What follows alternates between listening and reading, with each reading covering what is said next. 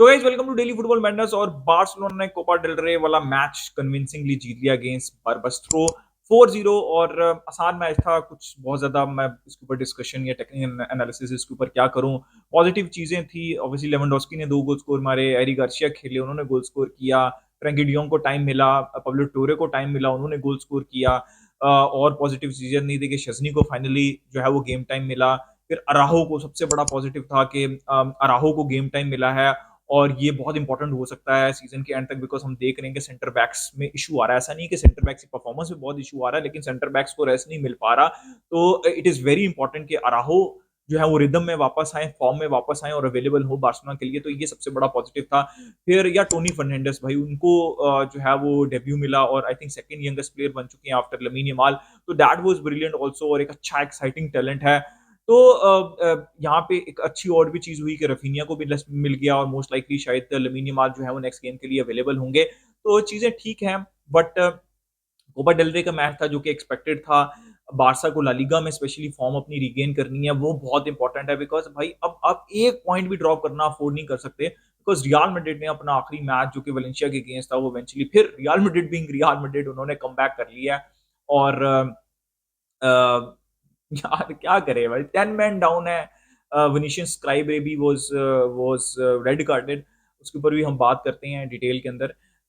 तो but real Madrid being real Madrid, Bellingham ने mentality show की, मॉड्रिच ने इनिशिएट किया। वो मॉड्रिच मतलब ये है ना, ये खास बात है रियल मैड्रिड की कि वो जो एनवायरनमेंट है, कल्चर है, वो ऐसे ही शिफ्ट हो रहा है बाकी प्लेयर्स में, यंग प्लेयर्स में। Because Modric is still there, Kroos भी थे पिछले सीजन।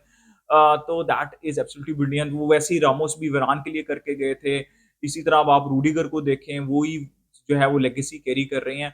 मेंटेलिटी तो यार Real Madrid as a club top top mentality है। और आप देखें ना, बहुत से क्लब हैं जो कि इस सिचुएशन के अंदर 10 man down, they are out of it, लेकिन Real Madrid somehow finds a way. और Real Madrid are back in it भाई।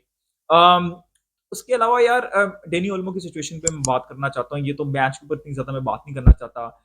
मैंने आपको जो रैंट रूंट करनी थी वो कर दी है न्यू ईयर के ऊपर, मैंने वीडियो भी डाल दी थी। मैंने आपको तभी बोला था कि रजिस्ट्रेशन नहीं हुई, अब नहीं होगी, आपने देर कर दी है। ठीक है। और मेरा स्टांस बिल्कुल ठीक है, ये फेलियर है। अब मैं देख रहा हूँ बहुत सी पोस्ट चल रही हैं, उसके अंदर 4 साल पहले जो पिछले टेन्योर की सैलरीज दिखाई जा रही हैं, वेजेस दिखाई जा रही हैं, इस टेन्योर की वेजेस दिखाई जा रही हैं, जो कि बाय द वे अभी गुंडोगन अभी गए हैं, वो वेजेस आपने जो है वो इंक्लूड नहीं की। ठीक है। तो भाई गलत चीजें हुई हैं इस टेन्योर में भी, और उसको एक्सेप्ट करना सीखें। ठीक है। अंधे अंधों की तरह मैं हमेशा ये कहता हूं, मैं बारसा फैन हूं, लेकिन मैं जो चीज गलत है उसको उसी पॉइंट ऑफ टाइम पे क्रिटिसाइज करूंगा। मुझे पता है इस साल बाद अगर हंसी फ्लिक चैंपियंस लीग, मैं एग्जांपल दे रहा हूँ, अगर हंसी फ्लिक चैंपियंस लीग जिता देते हैं ना, तो बारसा फैंस ही आके वापस मुझे गाली दे रहे हो कि तुम तो लपोटा के अगेंस्ट थे। भाई मैं लपोटा के अगेंस्ट नहीं हूँ। बात सिंपल सी है, आपने रजिस्ट्रेशन करनी थी, आपको सबको पता था।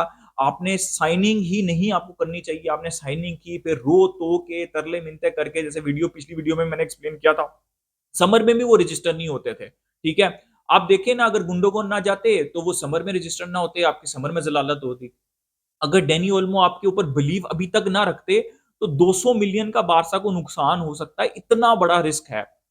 और ये मिसमैनेजमेंट है, ये फेलियर है लपोटा का। अब लोग कह रहे हैं ला लीगा जो है वो प्रेशर डाल रही है, बाकी क्लब्स प्रेशर डाल रहे हैं। अबे भाई राइवल हैं वो, क्यों नहीं डालेंगे प्रेशर? ला लीगा अगर आपके पास सब कुछ ठीक हो, ठीक है, अगर आप लॉज फॉलो करते हो, अभी जाके अब आप एक्सपोज हुए हैं कि भाई लॉ चेंज कर दो। लॉ क्यों चेंज कर दो अगर आप विद इन द लॉ सारी चीजें कर रहे हैं? अगर लॉ ये है कि भाई आप एक दफा इस ये डेडलाइन है रजिस्टर करने की, इसके बाद आप रजिस्टर नहीं कर सकते, तो अब नहीं कर सकते। आपके एक क्लब के लिए लॉ चेंज नहीं होगा, और अगर आपके एक क्लब के लिए लॉ चेंज होगा, चाहे वो बारसा हो या वो रियल मैड्रिड हो, तो क्रिटिसिज्म बनता है। ठीक है। ऑब्वियसली बनता है। अगर रियल मैड्रिड के लिए लॉ चेंज हो, तो क्या बारसा फैंस को गुस्सा नहीं चढ़ेगा? हम क्रिटिसाइज करेंगे ना। तो नहीं हो सकता आपके लिए। अब बारसा जो है वो लालीगा ने और जो स्पेनिश फेडरेशन, उन्होंने तो कलेक्टिव स्टेटमेंट दे दी है कि भाई ओल्मो और वो रजिस्टर नहीं हो सकते। जो है पाओ विक्टर रजिस्टर नहीं हो सकते। अब बारसा कोर्ट में जाएगी, किसी और कोर्ट में जाएगी, पता नहीं कितने कोर्ट्स में बारसा जाएगी, और उस कोर्ट का भी रिजल्ट ये नहीं है कि रजिस्ट्रेशन हो जाएगी, ये कब कंपटीशंस खेल लेंगे। तो ये आप जो मर्जी कर लें, मैं देख रहा हूँ सोशल मीडिया के ऊपर, ये लपोटा, हम 1:1 में आ गए हैं, बहुत शुक्रिया भाई, हम 1:1 में आ गए हैं, लेकिन जलालत करा के अब हम 1:1 में आए हैं। टाइम के ऊपर आप 1:1 में नहीं आए और उसके बाद ज़लालत हुई, आप जो मर्ज़ी कर लें, पूरी दुनिया मज़ाक उड़ा रही है, ठीक है? अब आप कोई टेक्निकल बात, लॉजिकल बात भी करो ना, तो वो जो फ्रस्ट्रेटेड लोग हैं ना सोशल मीडिया पे आके, वो आपका यही पॉइंट पकड़ के मज़ाक आपका उड़ाने लग जाते हैं। तो ये रियलिटी, आपने अपना मज़ाक उड़ा लिया, अब 1:1 में आ जाएँ, ठीक है भाई, 4 साल बाद आप 1:1 में आ गए हैं, ठीक है? हम 2 साल से सुन रहे हैं कि हम 1:1 में अब आए, अब आए, अब आए और अब आए जाके। होपफुली ये वाक़ई हम आ गए हों 1:1 में, ठीक है? तो ये और कोई कहानी ना बीच में से निकल आए। तो अच्छी बात है 1:1 में आ गए, लेकिन एम्बैरेसमेंट होगी और अभी भी जैसे मैंने कहा, गुंडोगन का शुक्र मनाएँ और अब आप शुक्र मनाएँ डैनी ओल्मो का कि वो अपना कॉन्ट्रैक्ट जो है वो टर्मिनेट करके निकल नहीं रहे। क्योंकि जिस दिन उन्होंने डिसाइड कर लिया ना फ्रस्ट्रेटेड होके, और बार्सा उनको रजिस्टर नहीं कर पाई, जो कि अभी मुझे बहुत मुश्किल लग रहा है। तो उसी दिन वो अगर वो अपना कॉन्ट्रैक्ट टर्मिनेट कर देते हैं और एज़ अ फ्री एजेंट चले जाते हैं, तो बार्सा को इतना भारी नुकसान होगा। और अगर देखें, अगर आप इस तरह मैनेज कर लेते हैं, तो फिर भी मैं कहूँगा कि ठीक है यार, चलो जो भी हुआ, ज़लालत हुई, 1:1 में आए, प्लेयर रजिस्टर हो गए, आगे बढ़ो। ठीक है, मैं कहूँगा ये। लेकिन अगर आपको 200 million euro on top of that Victor Roque का 30 मिलियन का जो टिक्का है, अगर ये 230 मिलियन का टिक्का आपको लगता है, तो प्लीज़ शराफ़त से रिज़ाइन कर दें, जो सिंपल सी बात है। तो यार ये एम्बैरेसिंग चल रही है और पता नहीं कहाँ पे ये एंड होगा। अभी तक तो कोई पॉज़िटिव रिपोर्ट्स नहीं है। कल से मैं सुन रहा हूँ, बार्सा पॉज़िटिव है, हँसते हुए निकले हैं, सेलिब्रेशन करते हुए निकले हैं, रात तक काम करते रहे हैं। डैनी ओल्मो को रजिस्टर कर लेंगे और फिर वही न्यूज़ आती है जिसमें हाइप अप कर देते हैं बार्सा फैन्स को। बार्सा फैन्स चौड़े हो जाते हैं सोशल मीडिया के ऊपर और बाद में कुछ भी नहीं निकलता, बाद में सिर्फ ज़लालत निकलती है। यही चल रहा है पिछले 3 साल से, अगर आप पैटर्न देख लें ऑनेस्टली स्पीकिंग, ठीक है? तो अब मैं एंड पे वही कहूँगा, हांसी फ्लिक कुछ मैजिक कर दें। अब आ जाते हैं विनीसियस क्राई बेबी जूनियर पे। और देखिए, रियल मैड्रिड फैन्स को ना, मैं एक मेरा मैसेज है जो कि मैंने उसके ऊपर भी दे दिया था, और जनरली सब फैन्स को ये मेरा मैसेज है। अगर मैं लपोटा को क्रिटिसाइज़ कर सकता हूँ ना, अगर मैं चावी को उसकी जो है टच लाइन एंटिक्स के ऊपर क्रिटिसाइज़ कर सकता हूँ कि यार बिला वजह रेड कार्ड ले लेता है। अगर मैं गावी को कह सकता हूँ कि भाई अपनी गेम के ऊपर फ़ोकस करो, ठीक है? और ये वो लोग नहीं है जो इनका हर दूसरे हफ्ते या हर हफ्ते इस तरह की छिछोरी हरकतें होती हैं जैसे विनीशियस की होती हैं। अगर मैं इनको क्रिटिसाइज़ कर सकता हूँ ना, हार्शली कर सकता हूँ, तो विनीशियस को मैं उस पे भी नहीं रखता, ठीक है? तुम करते होगे विनीशियस जैसे बैड एटीट्यूड प्लेयर को तुम अपना आइडल मानते होगे बिकॉज़ वो तुम्हारे क्लब के लिए खेलता है, मैं नहीं मानता, ठीक है? लोग बहुत से आके मुझे वो ये भी बोल रहे हैं, सुआरेज़ का भी था ऐसा एटीट्यूड, वैसा भी था। भाई मैंने आज तक किसी का भी गलत एटीट्यूड जो है वो डिफेंड नहीं किया। Suarez was a brilliant player, मैं आज भी विनीशियस के लिए कहता हूँ, हर वीडियो के अंदर कहता हूँ, हर पोस्ट के अंदर कहता हूँ, Vinicius is a brilliant world class player but he has a shitty character. और आज भी बोलूँगा, करना है जो कर लो, अनसब्सक्राइब करना है कर लो। वो भाई तुम गलत चैनल के ऊपर हो। अगर तुमको लगता है कि मैं व्यूज़ के लिए या पैसों के लिए यूट्यूब कर रहा हूँ और मैं नहीं बोलूँगा जो जो मुझे लगेगा, और तुम लोग ज़्यादा जो ये जो फ्रस्ट्रेटेड जो है लोग हैं, ये मुझे आके बोलेंगे तो मुझे कोई फ़र्क पड़ेगा? मुझे कोई फ़र्क नहीं पड़ेगा, ठीक है? बहरहाल कुछ फ्रस्ट्रेटेड लोग हैं जो कि सोशल मीडिया के ऊपर उनके पास कुछ नहीं है, कीबोर्ड वॉरियर्स हैं, चेहरा दिखाने की तो हिम्मत नहीं है, नाम सही लिखने की हिम्मत नहीं है उनके अंदर, और आके वो फैमिलीज़ के ऊपर अटैक करते हैं, आपकी पर्सनल लाइफ़ के ऊपर अटैक करते हैं। तो आप करते रहें, जिस तरह के लोग होते हैं, जिस तरह की फ्रस्ट्रेशन होती है, जिस तरह का उनका एनवायरनमेंट होता है, वैसे ही उनके आइडल होते हैं विनीशियस जैसे। तो मुझे कह रहे हैं कि भाई तुमने वीडियो नहीं पूरी देखी, तुमने मैच नहीं देखा। भाई मैंने बहुत दफ़ा बोला है कि जो मैच मैं नहीं देखता, ना उसके ऊपर मैं वीडियो बनाता हूँ, ना उसके ऊपर मैं पोस्ट करता हूँ। ये मैंने बहुत दफ़ा बोला है। Referee was not good, but भाई उसका डिसीजन वाज़ परफेक्टली फाइन, ठीक है? और उसने गोलकीपर जो मर्ज़ी बोल रहा हो, रेसिज़्म के मैं हमेशा अगेंस्ट रहा हूँ, जो भी है रेसिज़्म के अगेंस्ट रहा हूँ, लेकिन विनीशियस एक अपनी कम्युनिटी का ऐसा लड़का होगा जिसको अपनी कम्युनिटी वाले एक दिन डिसओन कर देंगे कि भाई बाकी भी तो लोग हैं, उनको भी होता है। लमीन यमाल को भी रेसिस्ट चांट हुए हैं रियल मैड्रिड के ऊपर। इसका मतलब क्या है कि अब लमीन यमाल जब भी रियल मैड्रिड के स्टेडियम में खेलने जाएँगे तो वो इसी तरह तमाशा करेंगे। अगर वो इसी तरह तमाशा करेंगे, तो इसी तरह लोग उनके पीछे भी पड़ते रहेंगे, जो कि गलत है, ठीक है?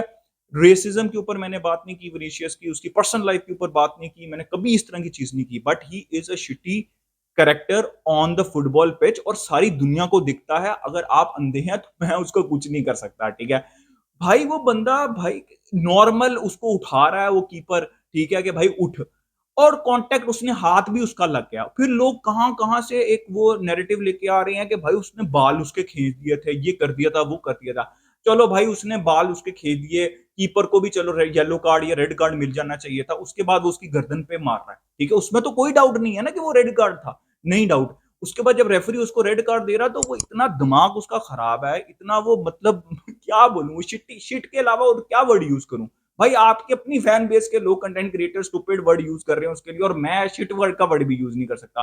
वो कीपर को, वो रेफरी को मारने जा रहा है भाई, लिटरली अगर रूडिगर उसको रोकता ना तो उसने जाके उसको मार देना था। ठीक है, आप हर चीज को जस्टिफाई कर लें, बट भाई वो बंदा, एक तो होता है ना कि आप जाते हो और हमने देखा है कि प्लेयर्स बड़ी अच्छी नेचर के होते हैं और उनको रेसिज्म मिलता है और वो मतलब रोते हुए भी देखा और बुरा भी लगता है उनको, और हमने उनको सपोर्ट भी किया हर जगह। और एक होते हैं बिला वजह प्रोवोक करते हैं, and Vinicius is one of those player. भाई प्रॉब्लम है, दुनिया भर में प्रॉब्लम है रेसिज्म का, ये फुटबॉल कोई पहली जगह नहीं है जहां पे प्रॉब्लम, हर जगह है। लेकिन अगर आप प्रोवोक करोगे तो आप वो जो आग लग रही है ना, जो लोग आग लगा रहे हैं उसको आप हवा दे रहे हो, और विनीशियस हमेशा आग को हवा देता है। ठीक है, और मैं बहुत खुश हूं, मैं कह कह के यहाँ पे थक गया इस चैनल के ऊपर कि विनीशियस बैलन डोर डिजर्व करते हैं, वो भी करते हैं, रॉड्री भी करते हैं। लेकिन मैं बहुत खुश हूं आज कि विनीशियस को बैलन डोर नहीं मिला, और क्योंकि उनको बैलन डोर मिल जाता तो जिस तरह का शिटी एटीट्यूड विनीशियस का बैलन डोर लिए बगैर है, उससे कितना ज्यादा उनका शिटी एटीट्यूड हो जाता, और उनकी जो ये जो लौंडे हैं छोटे छोटे, ठीक है, फ्रस्ट्रेटेड, उनका कैसा एटीट्यूड हो जाता। तो जिस तरह की आपकी नेचर है ना, आप उसी तरह के लोगों को फॉलो और आइडियलाइज करते हैं। ठीक है, तो खैर ये तो मैंने बात कर दी, और एंड के ऊपर यही कहूंगा, मुझे कोई फर्क नहीं पड़ता। मैंने अपने क्लब के तकरीबन हर प्लेयर को जब जब बना है मैंने क्रिटिसाइज किया। फेरन टोरेस ने वो जो लड़ाई की थी उसके ऊपर जाके मेरी वीडियो देख लो।